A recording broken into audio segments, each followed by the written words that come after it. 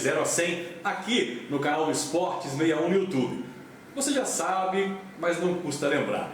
Tem motor, tem velocidade, muita adrenalina e o nosso quadradinho do Distrito Federal tem alguma coisa a ver com isso? Você vai ver aqui no de 0 a 100 do Esportes 61.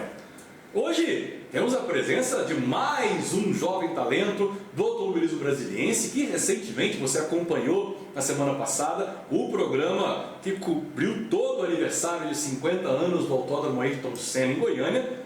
Conquistou sua primeira vitória. Hoje eu dou boa noite para ele, Arthur Pavy. Muito obrigado pela presença. Muito obrigado pelo convite, Sardinha. Estou bem contente de estar aqui. Foi uma semana muito tensa, mas deu tudo certo e agora é seguir com os bons resultados.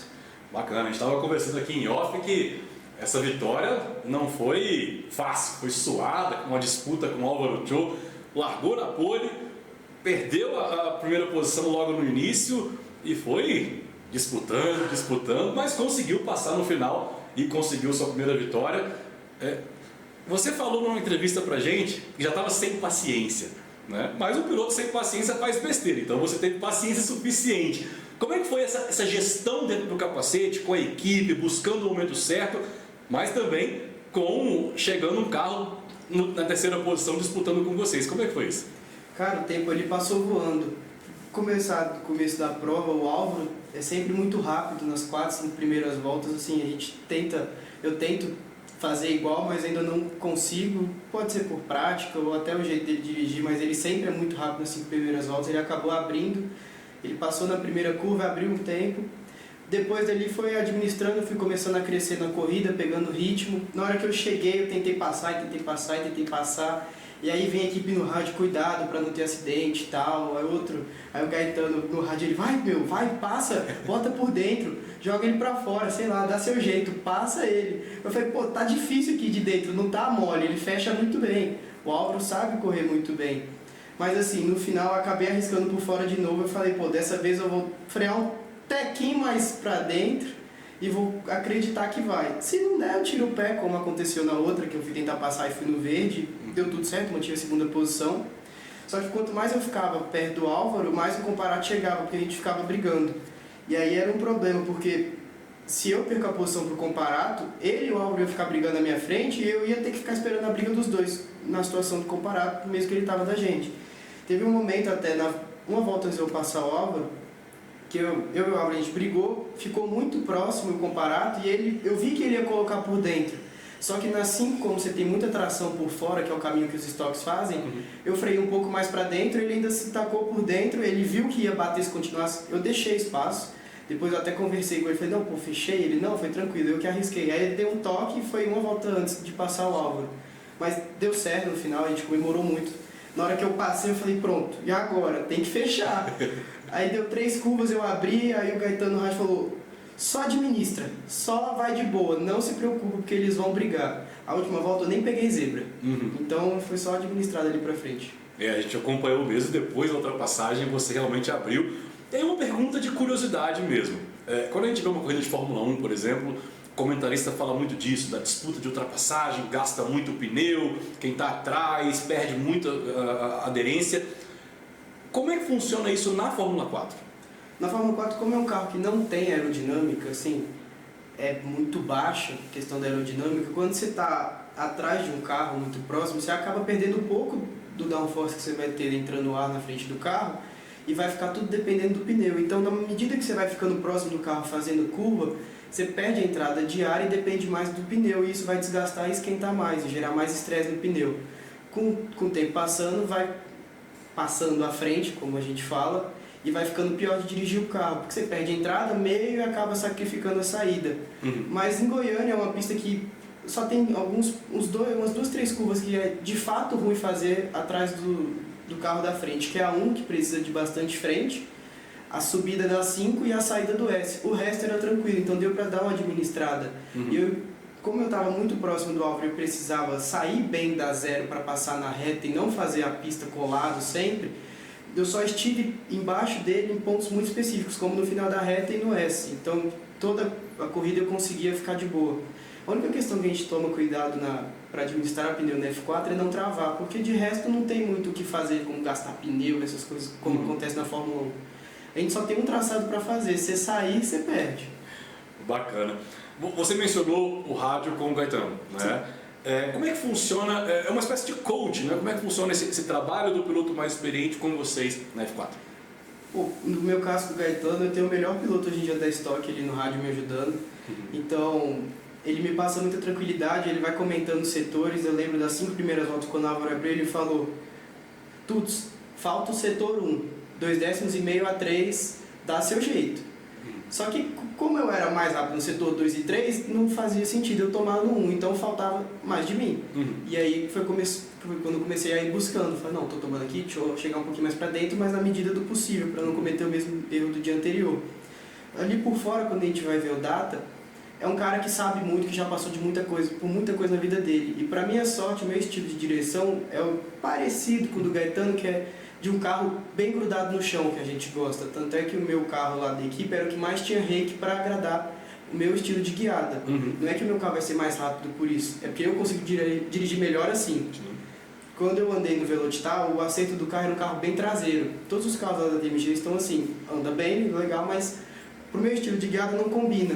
Aí eu consegui adaptar pro meu jeito e ficou bom. Legal. Então a gente sempre teve essa questão. E como eu sou um cara novo no automobilismo, ainda mais tratando de carro, eu sou de kart, mais de carro ainda, eu passo o que eu estou sentindo, mas eu não sei dizer o que precisa ou não mexer. Eu só sei falar o que está acontecendo. E é o Gaetano que vai falar com o Forte e fala, ó, mexe aqui, lá, aumenta isso aqui, baixa aqui, bota um grau de asa, tal.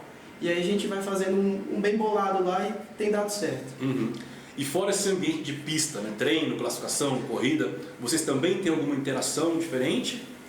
Ah, não, em treino é sempre... A gente tenta... Em treino a gente busca mais o limite que em corrida. Porque em treino você pode errar. Nas últimas 2 etapas desse ano, as 2 que eu competi, no caso, durante os treinos eu passei reto em algumas curvas algumas vezes. E era sempre a mesma curva. Só que depois na corrida se mostrou necessário, porque no Velocitar eu fiz as 3 voltas mais rápidas nas 3 corridas, e agora em Goiânia eu fiz a pole.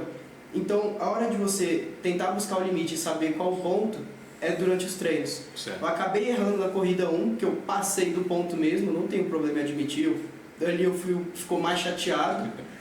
E assim, é saber administrar. Nos treinos você vai estar ali, sempre acontece assim, setor 1, 2 décimos, setor 3, 2 décimos, e setor 2 ou 3, agora eu nem perdi a ordem que eu falei, mas toma tanto nesses setores. Aí eu falo, pô, não dá, não sei onde é que está isso. Aí a gente para e vê o data, mexe Libra e tudo mais.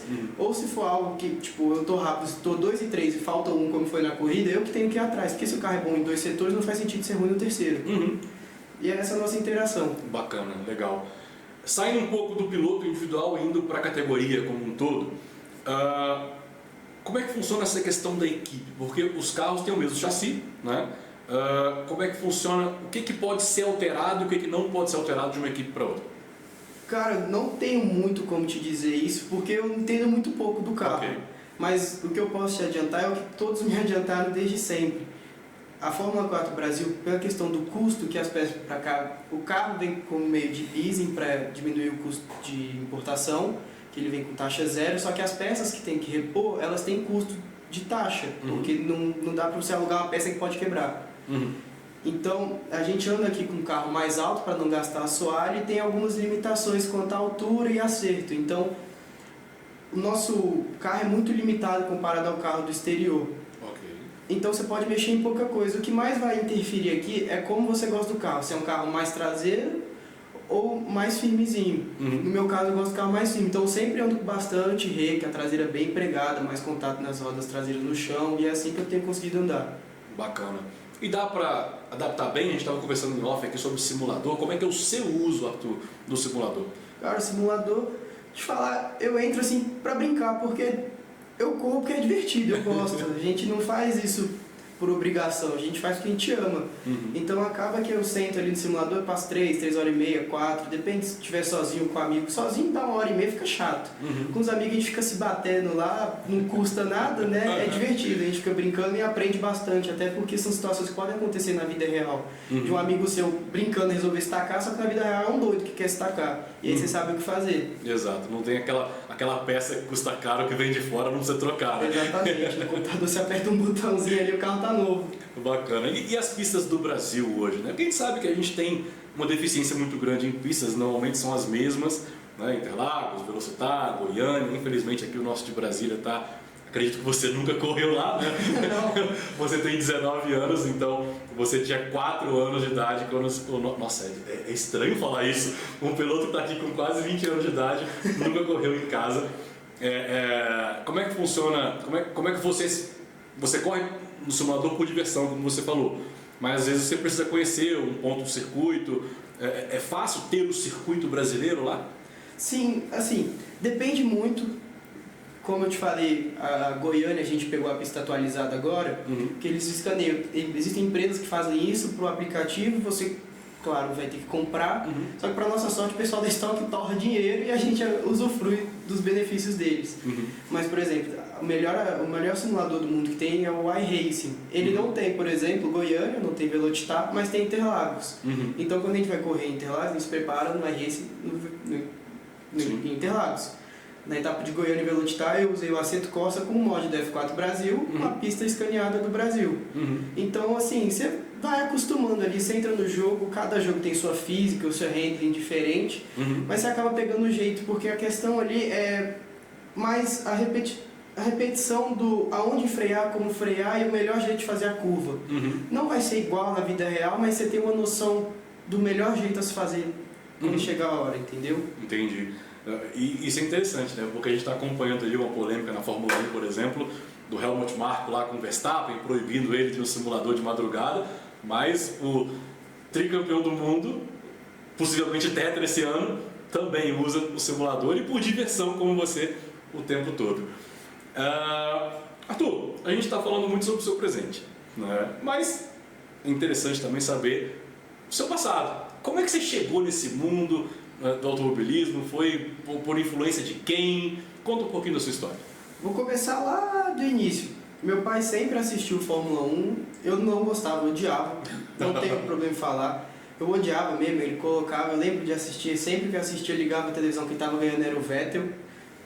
E aí ele tinha mania de me levar todo domingo no Carreira. Sábado tinha aniversário, então a gente ia todo domingo lá pra não atrapalhar o aniversário dos meninos, né?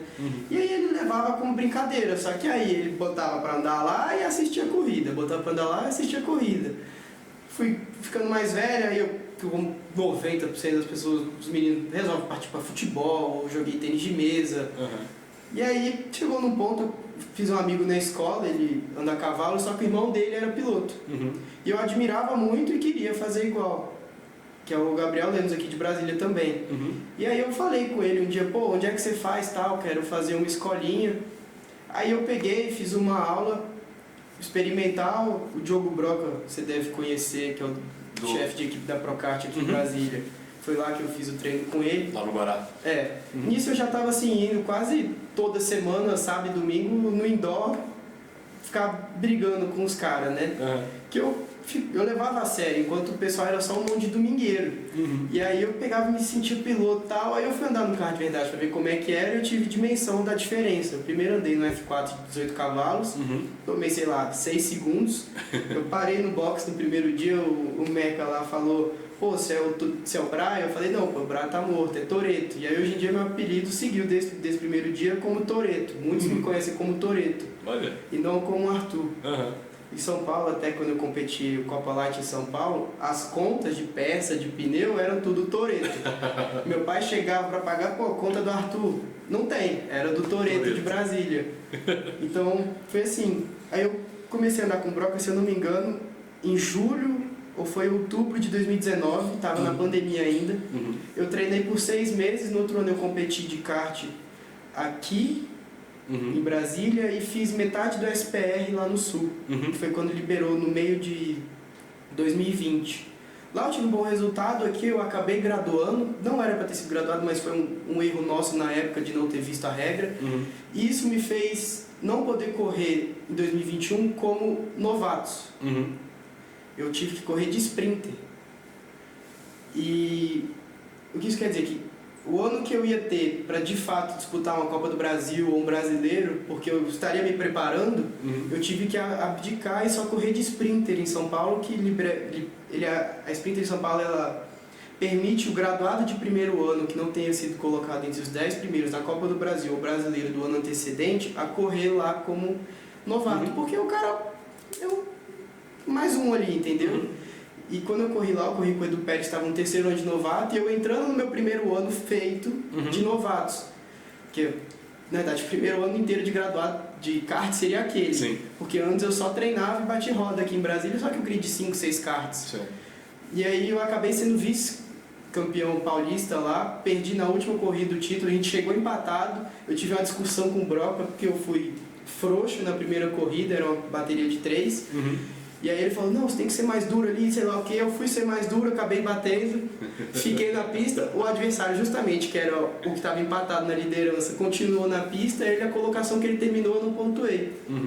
E aí nisso eu fui vice, ao mesmo tempo eu estava correndo a Fórmula Delta, fui convidado em setembro para substituir a Aurélia, que ela foi participar da seleção da FIA Girls Rising Stars lá.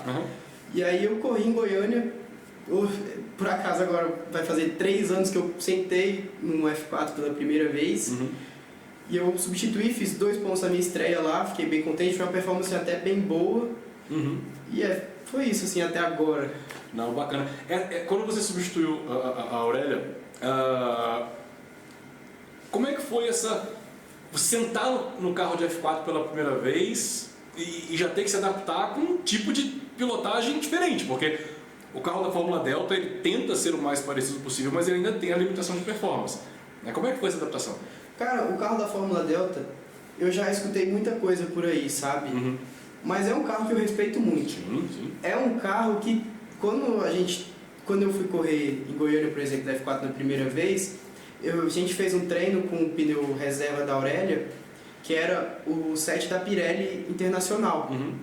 Eu fiz o treino, estava todo mundo igual, com os pneus usados, eu fui P11 no meu primeiro treino no F4. Depois eles trocaram para um Pirelli mais duro. E eu fui o primeiro a passar, porque eu não tinha jogo de pneu. Eu usei o pneu dela para conhecer, era P11, botei o jogo de pneu e falei, pô, tá pior o carro com esse pneu. Só que a gente não sabia ainda, ninguém sabia que era um novo composto.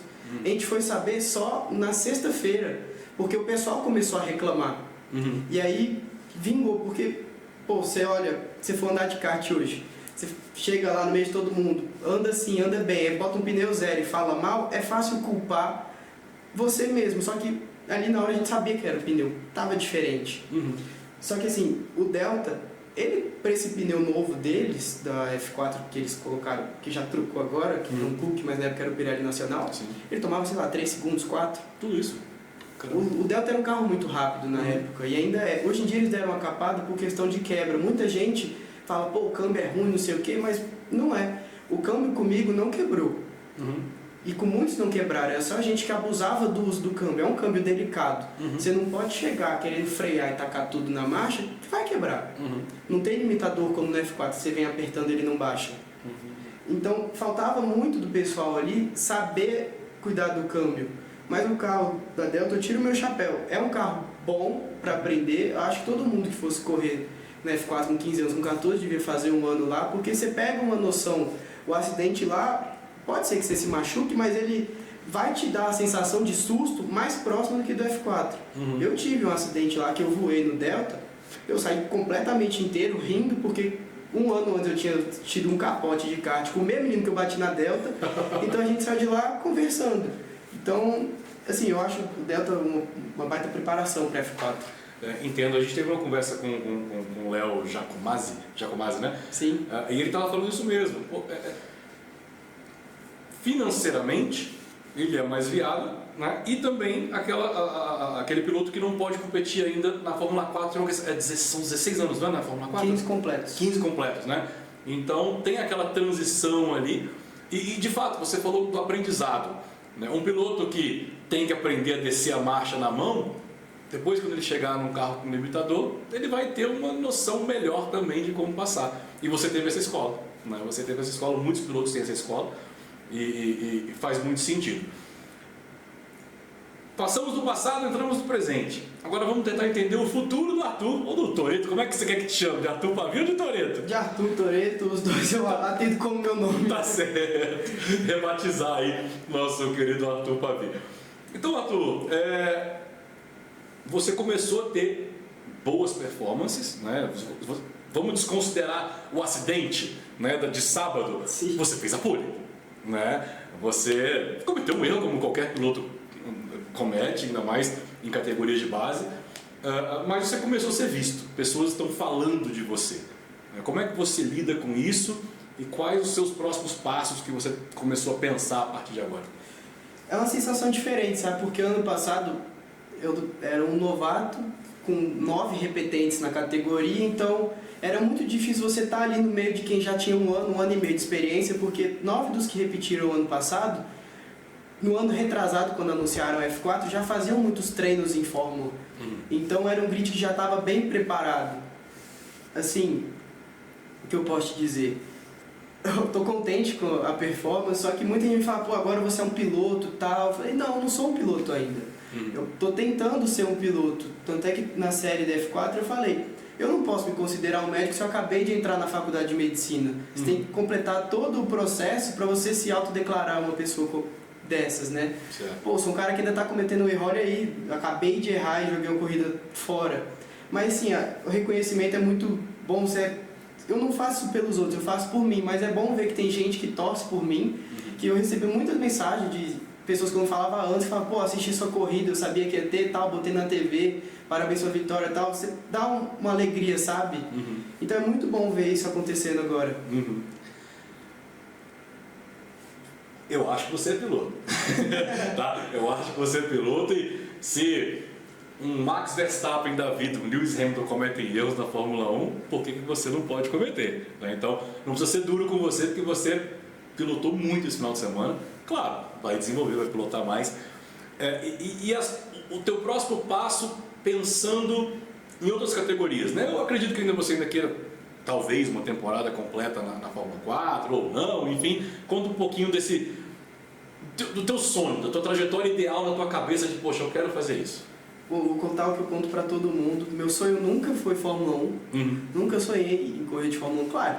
Chegar o cara aqui hoje e falar, pô, vou bancar tudo, né? Você é Fórmula 1, eu vou, com certeza. Mas não é algo que eu almejo, sabe? Não tá na minha alçada ali ir pra Fórmula 1, correr um F2, um F3, por exemplo. Meu sonho sempre foi correr de protótipo. Eu sempre admirei muito mais as corridas de protótipo do que as de Fórmula. Então, eu vi agora, fui em São Paulo assistir a WEC, eu fiquei admirado com os carros. Meu pai, que nunca tinha parado para assistir, falou, pô, é uma corrida mais divertida que a Fórmula 1. Porque tem muita ultrapassagem, corre carro A, Y, Z. E aí, assim, meus planos agora, daqui pra frente, pretendo correr na Imperial Endurance ano que vem, para me preparar para uma possível ida para o IMSA nos Estados Unidos. Porque a gente sabe que formar carreira nos Estados Unidos, você pode não ter o reconhecimento que você vai ter na Europa, mas você pelo menos consegue ter uma vida sólida como piloto e pelo menos terminar no 0 a 0. Não digo nem receber salário. Só que eu sou aquele cara que eu quero ver por mim, eu quero ser feliz fazendo o que eu gosto, que é correr. E se eu sair no 0 a 0 lá correndo de IMSA, pra mim eu tô tranquilo. Então minha meta é me preparar o máximo possível lá pra fora, porque a gente sabe que oportunidades aparecem para quem se dedica. Claro, aqui em Brasília a gente tem um grande exemplo, né? O Felipe Nasser hoje é um dos caras top de categoria dentro do Endurance, né? A gente ainda quer o Felipe Nasser aqui, ele não para aqui em Brasília. Mas, Arthur, hoje na questão dos carros de protótipo, né? Aí é uma questão de conhecimento mesmo, que você deve conhecer mais do que eu disso.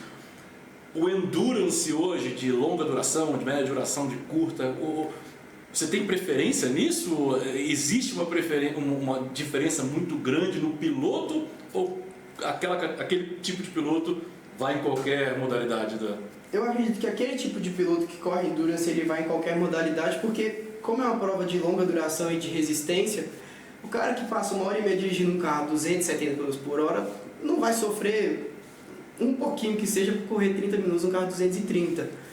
Eu admiro muito o Endurance porque tem toda a questão que, por exemplo, a Fórmula 4 é, como muita gente fala do automobilismo no geral, na categoria que você corre sozinho, que é o esporte mais coletivo, individual. O individual mais coletivo do mundo, Isso. Que no Endurance não é. Você depende da performance dos seus companheiros de equipe e enquanto você está ali de fora, você está assistindo e você está tenso junto, sabe? Não é uma sensação legal essa você tem, sabe? Mas pelo evento em si, se torna uma coisa mais legal. Eu sempre gostei mais dessas coisas de longa duração, porque eu gosto do carro que corre lá.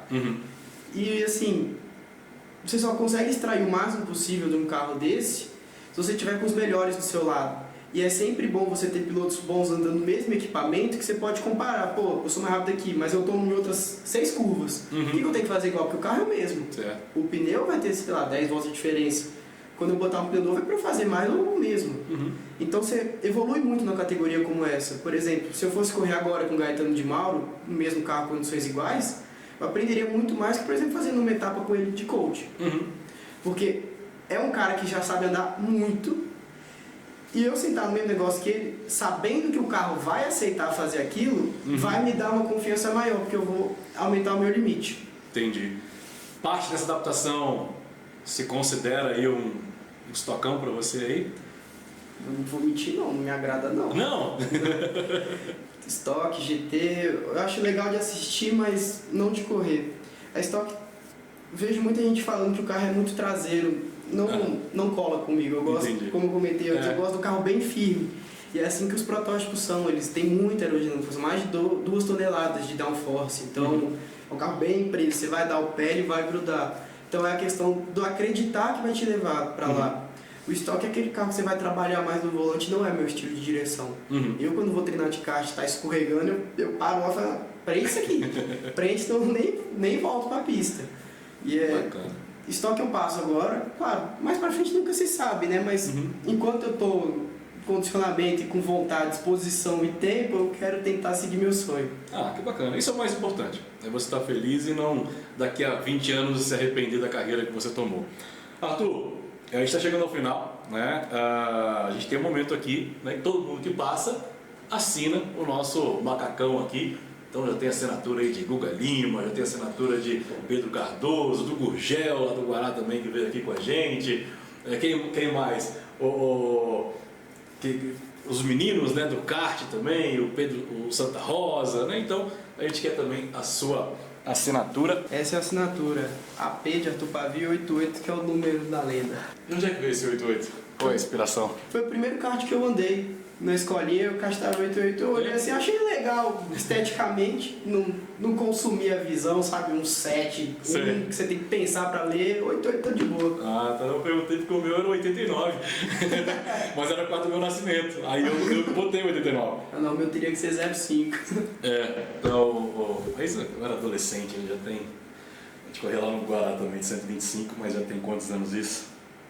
Pra lá de 20. Agora é só no rental mesmo, às vezes no F4 ali no Guará.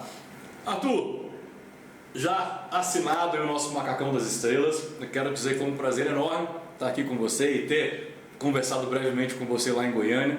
Agradeço aí pela tua educação, né? Tua mãe também que tratou a gente super bem.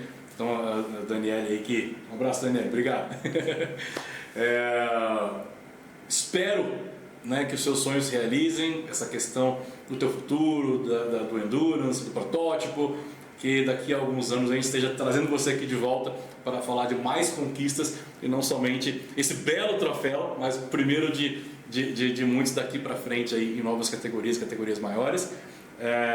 Fala pro pessoal aí o último recado e como é que eles podem acompanhar a sua carreira. Bom, mais uma vez só adiantando, agradeço o convite, muito obrigado, Sardinha. É sempre bom comentar, porque pouca gente sabe das coisas que a gente passa, né? Onde a gente quer chegar, todo mundo imagina que a gente quer ir direto para a Fórmula 1 e não é assim, nem todo mundo. Gostaria de agradecer a todo mundo que acompanhou, torceu por mim essa semana. Relaxa que vem mais por aí, a Argentina veio forte, Interlagos garante mais performance ainda. E vem uma mudança no calendário da F4 esse ano que promete mais coisa boa. Ah, legal, bacana. Então, pessoal, para quem nos assistiu, não esqueça, botão de curtir, se inscreva no canal, A gente depende muito de você aqui nos ajudando também. Assim como o Arthur Pavê está no início de uma longa carreira, a gente também está num podcast bacana que a gente começou esse ano e cada vez mais coisas bacanas e mais pilotos vocês vão ver aqui no De 0 a 100. Então, até daqui a 15 dias. Fiquem com Deus. Tchau, tchau.